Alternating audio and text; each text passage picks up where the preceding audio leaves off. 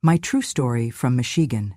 They forgot my 80th birthday, but remembered to transfer my name off the will right after my husband's funeral, but they didn't know one thing.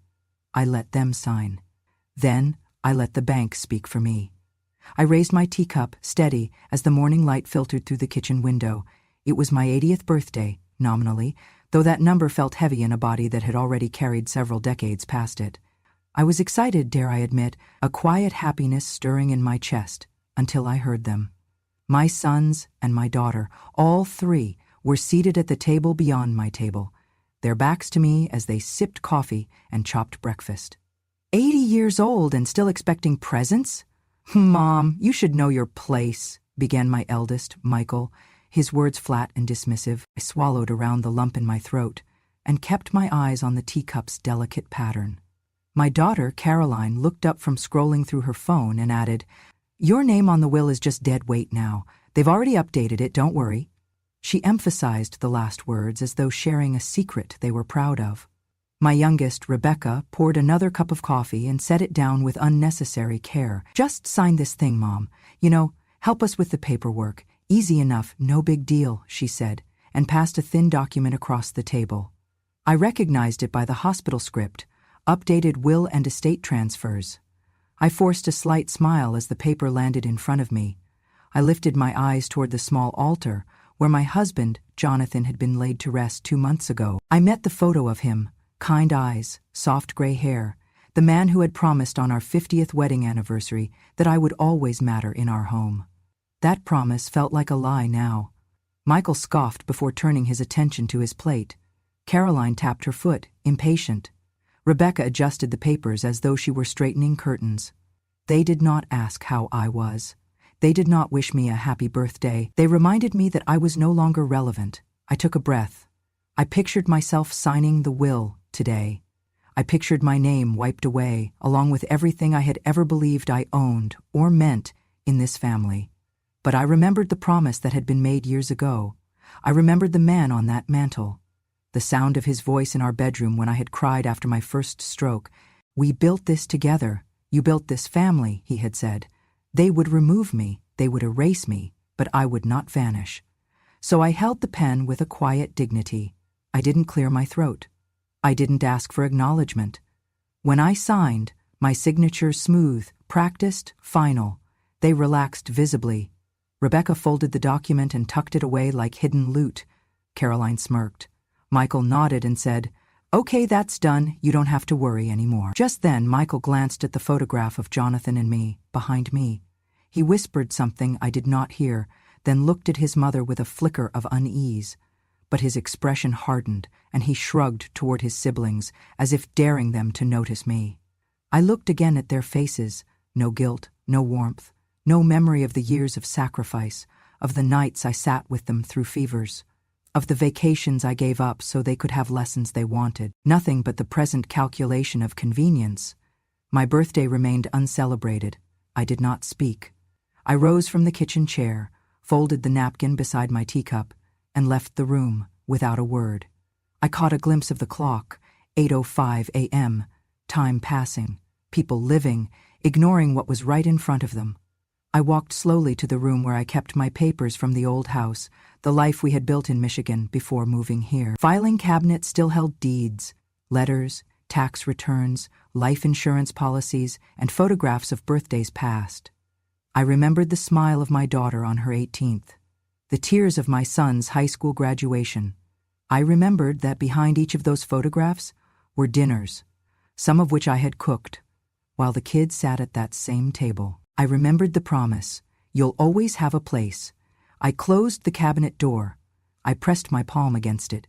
I whispered under my breath, "I haven't forgotten either." Later that morning, I walked out of the house, my daughters-in-law and daughters still murmuring behind me.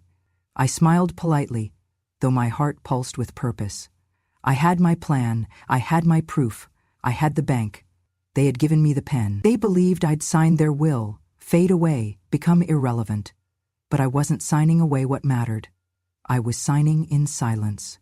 And I would let the bank and the law speak for me.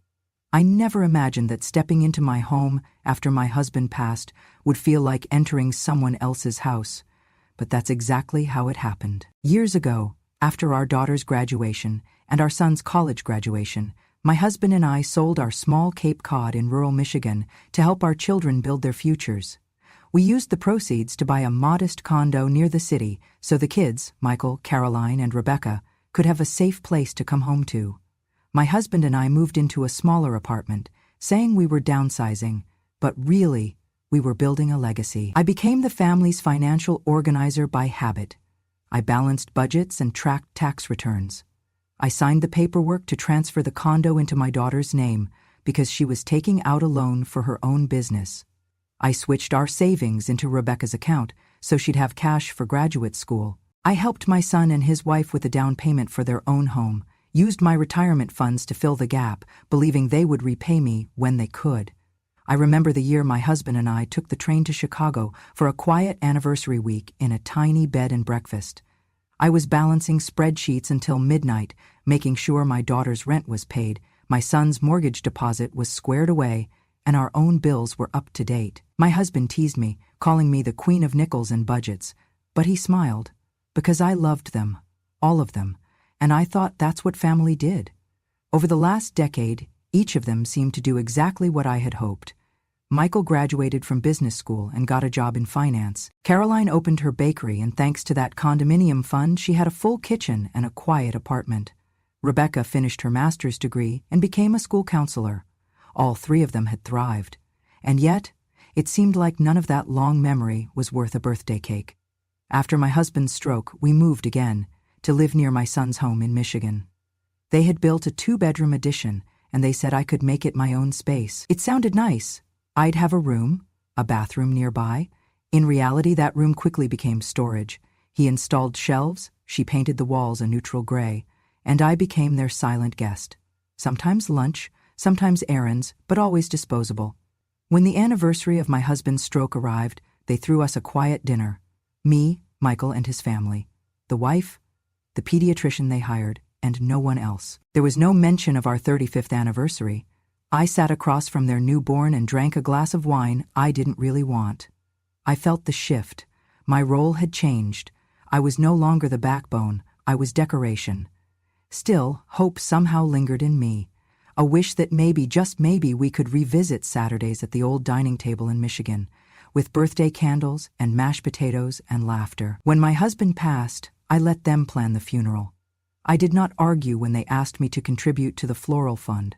I let them tell me it was too much to ask me to speak, even though I had said my vows so many times I could have recited them blindfolded. We sold that condo, the one I had helped fund. I did not mind. It was money I had set aside, after all, not that I expected gratitude, just respect. And then I moved into the gray edition, the one I had not repainted. The truth is, they may have forgotten who I was. They may have forgotten what it cost me. 40 years of early mornings and late nights, balancing finances and emotions, carrying their dreams on my tired back. I remember coming home from the bank one day, sorting through my mail, and seeing a small thank you card from a neighbor whose dog I had walked when they were on vacation. Inside, it read, "You are always so kind. Thank you for taking time to help." I placed it on the mantel and thought of how little it took to feel seen, and yet somehow my own family could not manage a single note. Now, in that room, with neutral gray walls, I sat and replayed the morning's exchange. They offered no cake, no balloons, no celebration, just a will, a form, and a reminder that my name was no longer theirs to carry, or perhaps no longer needed. I thought of my husband's final words. "We built this life together. Don't ever let them tell you it's not yours anymore." Yet here they were, so eager to erase me. I closed the file cabinet where I kept the documents I had once sorted, property deeds, tax paperwork, their graduation diplomas. I realized one thing. I may have lost their gratitude, but not my memory, not my skill. I still knew how wealth moved through paperwork. I still knew how to anchor a legacy, legally and irrevocably. So I spent that afternoon reviewing the banking documents I'd submitted a month ago, the ones that said in clear legal language, no change to account ownership or value unless signed by Eleanor Jean and notarized by a bank official. I turned a key in my memory. My signature had changed slightly 6 months ago at the bank, and I had set a condition that any future wills or transfers had to be countersigned and stamped. I closed my eyes and heard my husband's voice again.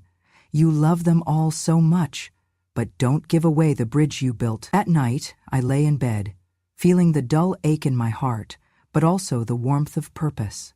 They had seen me as irrelevant. They had thought nothing of forgetting my birthday. They had taken me for granted. But I would remind them. And more than that, I would leave them with the unmistakable voice of the institution they had depended on but ignored. The bank. I had given them my name. I had given them my money. I had given them my years. Now, I would give them their limits. Because sometimes love requires you to guard what matters, even if the only ones you've taught to value it forget. I sat at the dining table after they left, the morning light silencing the echoes of their voices. The will lay before me, crisp and official-looking.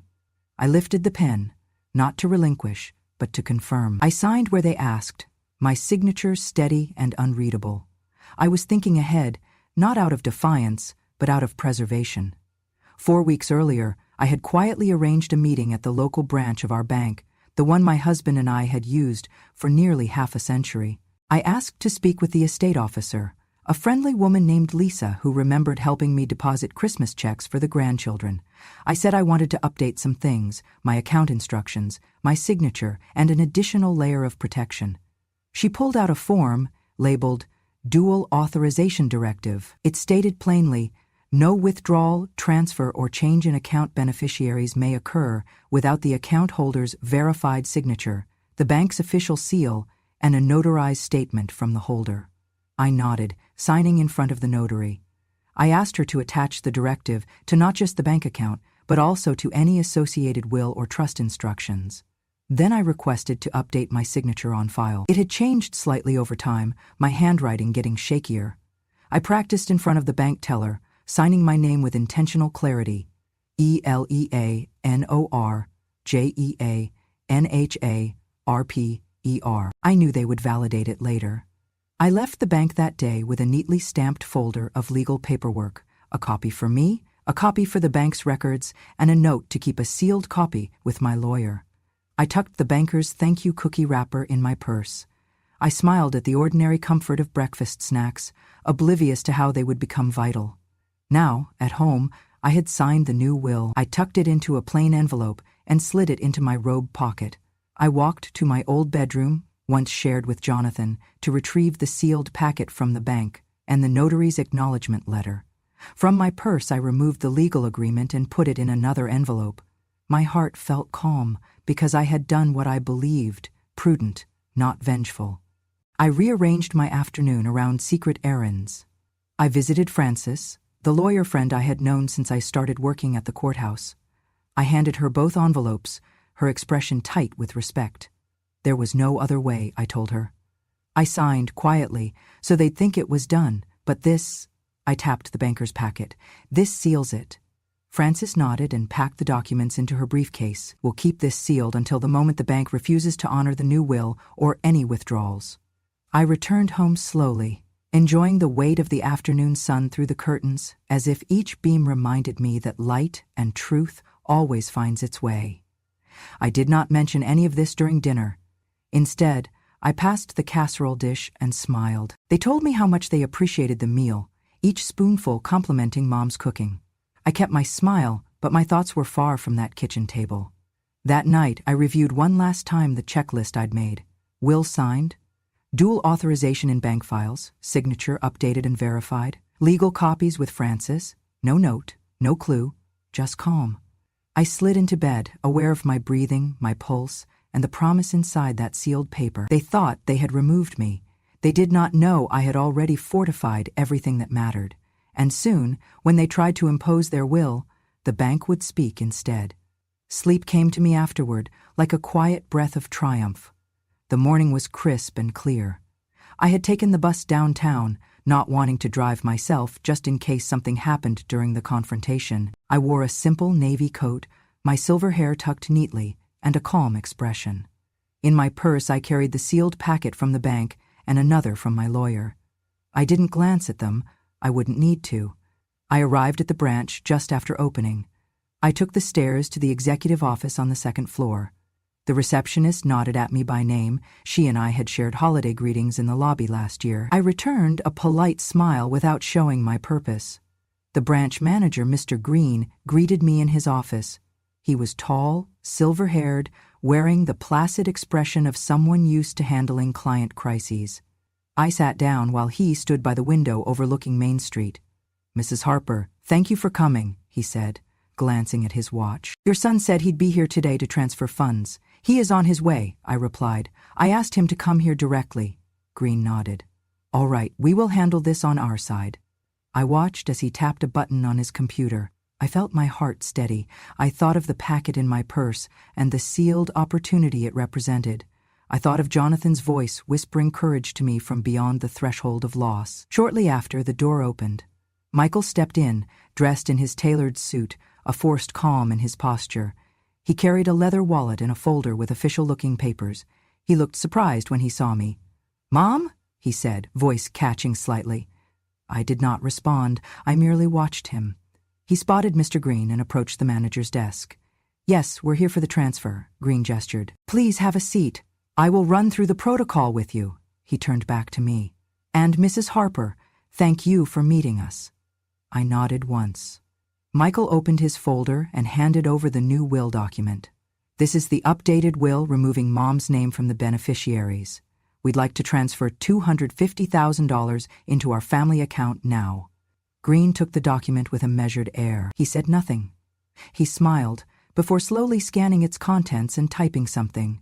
I saw Green's posture stiffen a little. He set the document down. He opened the files on his desk. I felt tension gather in the room. Time slowed. Green finally looked at me. His face was calm, but eyes serious. He cleared his throat. "I am sorry, Mr. Harper. At this time, we cannot process this request." Michael frowned, as did his wife's face in his peripheral vision. She stood in the room's doorway, phone in hand. Green continued, "Our records show that Mrs. Eleanor Harper updated her account mandate just 4 weeks ago. Any transfer or change requires her verified signature and the bank's official seal." Michael's eyes turned to me. "That's not right. Mom signed the will." His voice held anger now. "You can't block this." Green brought out a printed notice and placed it on the desk. "Sir, this is a formal notice of account freeze. The bank must refuse transactions that do not meet these conditions. Please read carefully." Michael snatched the paper angrily. He read it. His face went pale. Rachel stepped forward into the office and hissed, "You're making a mistake." "I'm sorry," Green said again. "Our policy is clear. We cannot override the account holder's instructions." Michael slammed his folder closed, eyes flicking to me again. "Mom, this is embarrassing." I did not answer. Green closed his files. "As a courtesy, we may hold an in-branch review if there is a notarized rescission or countermanding directive from Mrs. Harper herself." Michael looked at me with desperation. Can you just say something?" But I had no intention of speaking. I had said enough, quietly, under the regulations, with every document in place. His face shifted. Anger, confusion, fear. Green stood. "Thank you for your time. The transfer will be blocked effective immediately and the account flagged accordingly. The funds are under hold pending your mom's direction." I left the office without a word. Outside, I breathed deep, looking up at the blue sky. I had stepped back into a world that had tried to forget me. Michael and Rachel followed, his shoulders tight, her lips pale. I walked away slowly. Downstairs, in the lobby, where I once dropped in for forms or holiday greetings, I took one last look at them, pacing, voices low and urgent. I walked out into the street, the door closing softly behind me. By the time I reached the sidewalk, I felt the weight lift. I sensed delivery, my presence registered by every contract and clause I had shaped. Over the next few days, the story would spread, the granddaughter would share the notice with a local reporter. Comments would flood in. A brave senior. Finally, someone stood up to the kids who think inheritance equals entitlement. Bank policy saved her. Authentication isn't optional. In the evenings, I drank tea in my quiet apartment and thought of the day. I thought of the power of silence combined with structure. I thought of how justice sometimes takes the form of procedure, and how granite roots beneath even a veneer of family pain. I never yelled. I never called lawyers to scold them. I trusted the system. I let the bank speak for me, and for every senior whose worth is enshrined in contracts and laws and not compassionless mouths. They forgot my birthday. They thought they could erase me, but I stood before the institution that holds every line in writing and proved the strength of being seen and heard without raising my voice. I was alone in my apartment just after dinner when my phone buzzed. The screen lit up with my daughter's name, Caroline. I settled into my chair, cradling a warm mug of herbal tea, preparing for what would come next. The call connected. I could hear her voice before I saw her name, raw and furious. "You think you're clever, Mom," she spat. "You think hiding behind bank policies makes you a hero?" Her words slashed through me, but I remained silent. I had spoken when it mattered most. "Enough games," she hissed. "We're your children, and we've done everything for you, paid for the condo, helped you since your stroke, even sheltered you under our roof, and what do? You play tricks, signing nonsense so the bank can freeze what's rightfully ours." I breathed steadily, sipping my tea. "Rightfully ours?" she laughed, a hollow echo. "You always think you're smarter than everyone. God, you're cunning. You think you'll die alone, and then what? We have to clean up your mess." A pause. "I am not a villain, Caroline," I said calmly. "Don't you dare patronize me," she screamed. "You're 80 years old and still scheming. You're using loopholes and paperwork to punish us. You're pathetic." My grip on the phone tightened. I remembered the year I held her when she cried over a failed school test. The nights I sat at my husband's hospital bedside, comforting her. Now she called me pathetic. "Pathetic?" I repeated softly. "I wonder what word you'll use when you realize it wasn't a loophole, it was planning." Her voice caught. "Planning? You don't know us anymore, Mom." "And what do you call forgetting to wish me happy birthday?" I asked. My voice remained level. Her breath trembled. "Birthdays don't matter. Inheritances do." "Inheritances come and go," I said, forcing warmth into my tone. "Character lasts." There was a silence, tense and sharp. Then she spoke again. "Bon vaut bien donc lao. Better that than us dealing with your schemes." Her words landed heavy, worse than any blow I'd expected.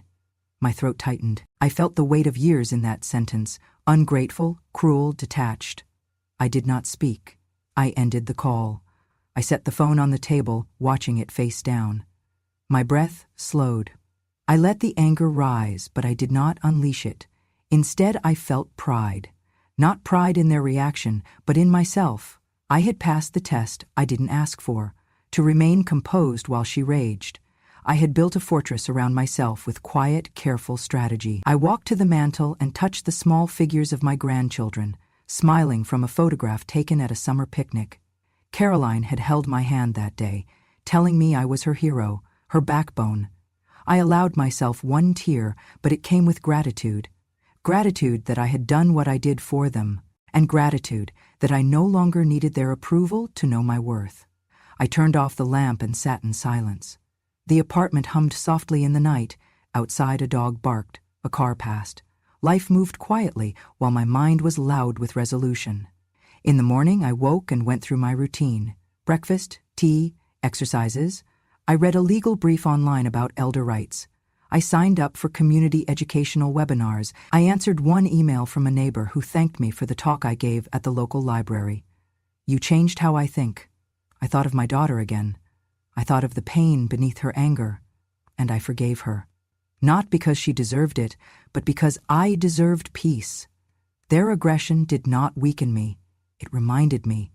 Their anger laid bare their desperation and my strength. I moved forward quietly, confidently, a woman 80 years old, navigating threats not with screams, but with silence that holds power. And that night, I wrote in my journal, "They called me pathetic, but they cannot break my resolve. Only my silence can do that. And I choose to use silence wisely, not as submission, but as strategy. They attack, I stand." I closed the book and lay down, not angry, but unshakable. Because speaking does not always mean shouting, and winning does not always mean breaking the silence. By midweek, the news was no longer just whispers in my hallway. It had become public. I was folding laundry in my modest living room when a knock came at the door. It opened to reveal a young reporter, polite, press khaki outfit, notebook in hand. Summerfield Press ran a quick article with the headline, Michigan Grandma Freezes $250, 0 cents, K transfer after bank enforces her new will policies. The story quoted me directly. My children thought forgetting my birthday was acceptable. They thought I didn't know. They forgot I built this. I invited the reporter in for tea. We sat across from each other as I retold the timeline. The silent birthday, the will signing, the bank's refusal. She was attentive, nodding slowly. She asked about my motivations. I said I did not want confrontation. I wanted my voice, calmly, to matter. Within hours, the online version gained traction. Local TV saw the clicks and picked up the story. They called me for a live interview. On camera, I wore a simple sweater. My hair was brushed neatly. The reporter asked, Mrs. Harper, were you afraid of confrontation? I answered, I was prepared. I believed in the rules I set. I trusted the bank would speak for me. The segment aired in the evening news slot. I sat on my couch, watching myself describe the legal process. I described elder rights, the importance of dual authorization. I noted how many seniors hesitate to assert themselves. That night, emails poured in. A woman from Grand Rapids wrote, Thank you for teaching me to stand up quietly. My husband and I regained power in his trust thanks to your example. A man from Lansing said, My mother lives with me and I thought I was helping. After seeing your story, I called her and asked how she felt. A counselor wrote, Our center invited me to show your segment to families. People watched in silence, then cried. On social media, comments flooded beneath the digital article. She's a hero. Finally, someone shows seniors aren't helpless. Let's celebrate her on her 80th, not forget. I read each message quietly. Some evening, I printed a few and taped them to the living room mirror. I left space between them so I would see my strength reflected back clearly. That weekend, I was invited to speak at a town hall gathering at the county library. The event was called Emerging Voices, Elder Justice and Rights. I stood before a room filled with local officials, social workers, educators, and seniors. I began, Thank you for inviting me, not because I did anything extraordinary, but because I decided to use the tools I had. I shared details of the bank directive.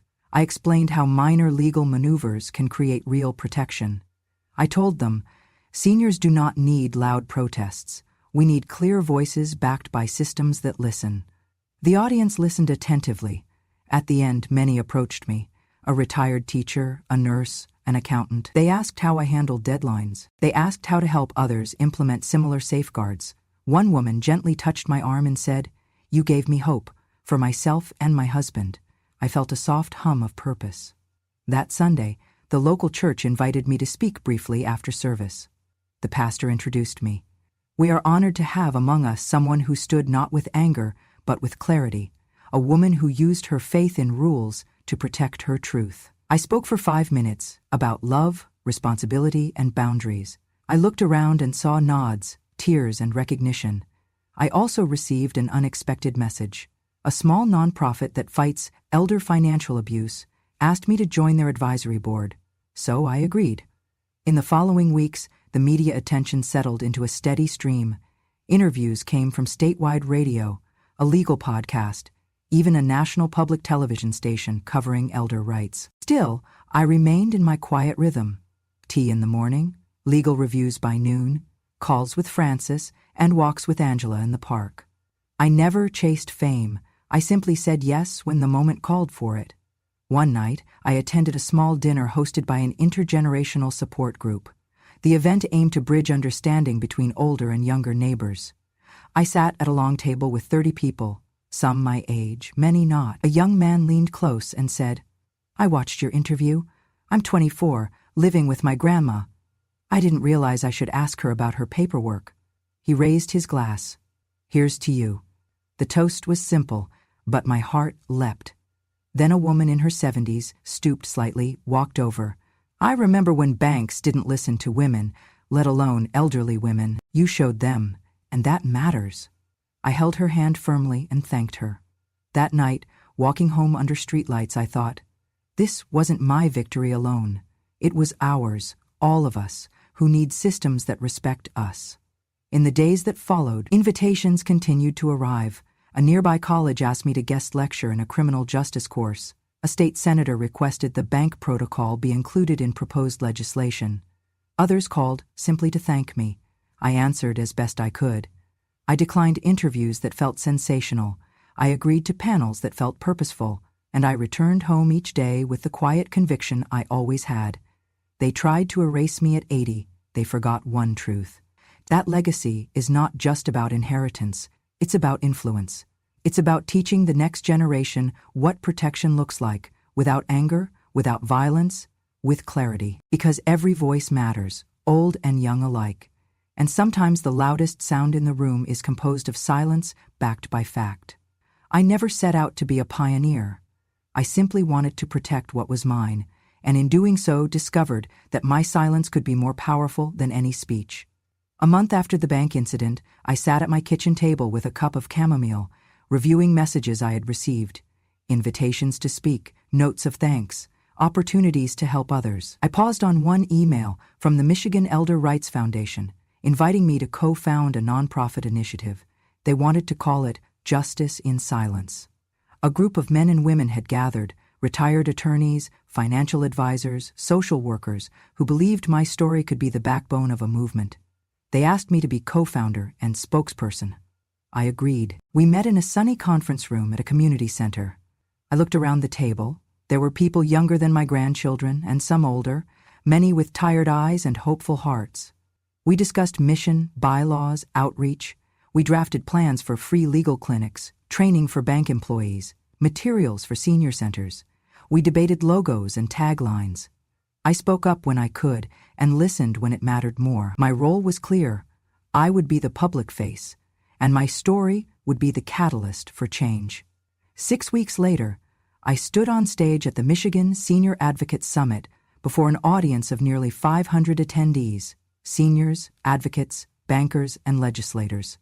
The room felt like a sea of lives shaped by experience, each line on their faces telling its own story. I stepped to the podium, adjusted the microphone, and looked out. I began. Not long ago, I was an 80-year-old grandmother whose children forgot her birthday but remembered to transfer her name off a will. I signed, but I did not vanish. I prepared. I trusted legal structures. I let the bank speak for me. A hush spread through the crowd. I shared the timeline, the silent breakfast, the crisp signature on the will, the dual authorization directive at the bank weeks earlier. I told them how the bank froze my account, not because I screamed, but because I followed the rules. Then I said, that day, I became more than a retired clerk or a mother. I became a precedent. Not in court, but in community. I hope you will join me in becoming precedents too. I explained the mission of Justice in Silence. Legal empowerment workshops, teaching seniors to use their rights and protect their assets. Bank partnerships, working to adopt dual authorization policies statewide. Advocacy, encouraging legislators to include protections in elder law. Support networks, for those who feel isolated or silenced. During the Q&A session, a woman in the front row stood up. Her hands shook as she spoke. My daughter did something similar to me. I was so afraid I would lose everything. Your story, it gives me hope. Another man raised his hand. I am a banker. How can we implement dual authorization without stigmatizing customers? I responded, education, empathy. Systems don't have to be cold. They just need to be reliable. By the end, the room erupted in applause. Many filed past to shake my hand, hug me. A few cried quietly. I accepted each gesture with gratitude, but I also felt a current of responsibility flowing through me. After that event, the media interest grew anew. Local news aired the speech. A state newspaper published an op-ed I wrote, When Silence is Strategy. I was invited to a TV panel on elder financial abuse. I joined a task force to draft model legislation for banks dealing with senior clients. Despite the attention, I remained grounded. I wrote letters to other seniors I had met, encouraging them to start individual conversations with their lawyers, banks, and children. I visited nursing homes, not to preach, but to help residents organize legal support groups. I answered emails personally, typing each one with care. One afternoon, I received a call from a state senator's office. They were working on elder protection reform and wanted to include clauses inspired by my bank directive model. They asked for my guidance. I reviewed draft language with Francis and the nonprofit team. I suggested clearer wording, adding oversight checks to ensure families could not override protective directives without proper judicial review. My suggestions were accepted. When the bill passed unanimously in committee, just weeks later, I sat in the gallery, watching the chairman read my name into the record. Eleanor J. Harper, citizen advocate, whose example guided this legislation. I quietly pinched my robe. Later that week, Michigan's governor signed it into law. They invited me to the ceremony at the Capitol. I wore my Navy coat again. I carried no bouquet. I carried the story. Standing there, I thought back to that birthday morning. I remembered the table, the pen, the silence, and I realized I had not just recovered a bank account. I had found a voice that spoke for those who believed silence meant surrender and proved it could mean strategy. I returned home that evening and unlocked a handwritten letter from a woman in the Upper Peninsula. She spoke of living with her son, afraid of asking questions. Your story taught me I could ask. She wrote that they finally sat down with a lawyer together and added protective clauses to her finances. I folded the letter carefully and placed it in a drawer, next to the token necklace my husband gave me. By the time I put out my bedside lamp, I whispered thanks for that simple truth. Wisdom does not retire, and silence is sometimes the loudest artwork. And tomorrow I would wake up and continue. Because being a pioneer is not about one speech, it is about thousands of small, quiet moments built upon purpose and law. The house on Maple Street had stood silent for months. I first saw it from the bus window, its blue shutters faded, the grass grown too tall. It was the house my husband and I had built decades ago, our base, our roots. When I signed that will, I gave my name away, but never the memory of this place. I had no intention of leaving it empty. A few days after the new elder protection law passed, I finalized the plan. The house would become the Justice in Silence Legal Aid Center. I consulted with Francis and the nonprofit's board. We converted the upstairs into an office and meeting space. We installed simple desks, comfortable chairs, shelves filled with referral guides, pamphlets on elder rights, pictures of community events. My bedroom stayed the same. Faded quilt, small lamp, framed photo of Jonathan smiling on our wedding day. But down the hall, the warm kitchen now hosted weekly Know Your Rights clinics. The living room had been rewired for video recording, so I could shoot short legal tips for seniors who couldn't make it in person.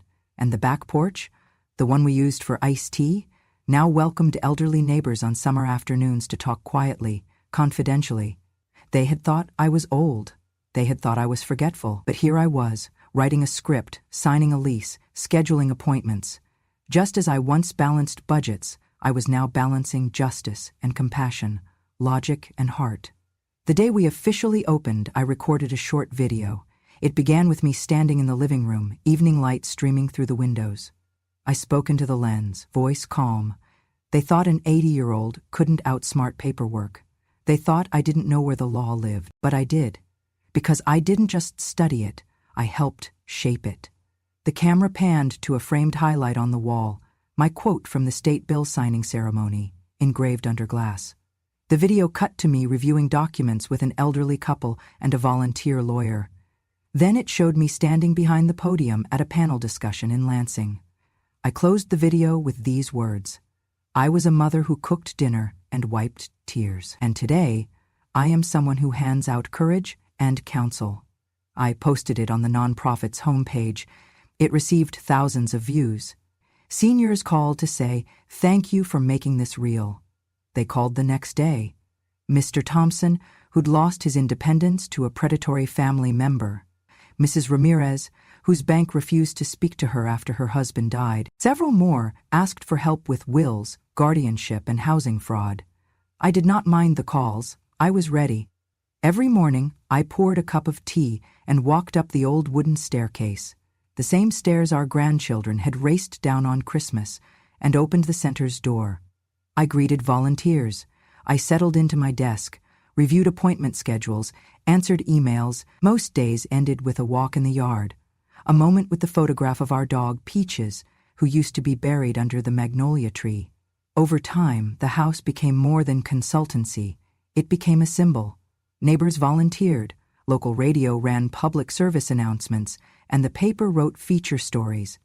Eleanor Harper's house, where quiet justice speaks loudest. I remember the day I stepped into the living room and saw a framed letter from a family I had helped. Because of you, my mother is safe. Because of you, I know how to respect her. Thank you. I fingered the envelope. I felt equal parts sadness and satisfaction, reminders of why I began this. A year later, I stood in the same living room, with Frances beside me, signing final documents to secure the house as a nonprofit property. The deed would transfer to Justice in Silence forever. I held a pen, much like the one I used when I signed that will. My hand was steady. I was a mother, I said softly as I signed. And now I am the judge of fairness. I looked at Frances, then the small group of staff and volunteers. I felt no bravado, just responsibility. Later, the local news aired a closing segment. Me, seated at my desk, eyes gentle but unyielding, arranging my pen, as we labeled the clip. Justice doesn't retire, it resides. Walking home that evening, I passed under the old maple in front of the house. I felt the breeze and smiled. They had underestimated me. They had forgotten birthdays, but they underestimated the care I took with every document, every signature, every quiet moment of planning. I entered my home, not as a displaced mother, but as a guardian of wisdom. My house stood firm and warm. I was not the same woman the kids once dismissed. I was Eleanor, mother, widow, lawyer, advocate, and in the quiet of that house, I had found my voice and given others theirs. Thank you for staying with me until the very last word. If this story reminded you of your mother, your grandmother, or even yourself, know this. Quiet women are not weak. We carry the storm in silence, and when we speak, the ground remembers us. They tried to sign me away, but they forgot one thing. I built the house, and I knew where every nail went. Here on Grandma True Stories, we honor the women who never screamed, but never forgot. The ones who lost everything, and then took back what mattered. Not with fists, but with a fountain pen and a plan. If you believe these stories deserve to be heard, if you believe age doesn't erase wisdom, it sharpens it, then click, subscribe, share, stay, because revenge has no expiration date, and wisdom never retires.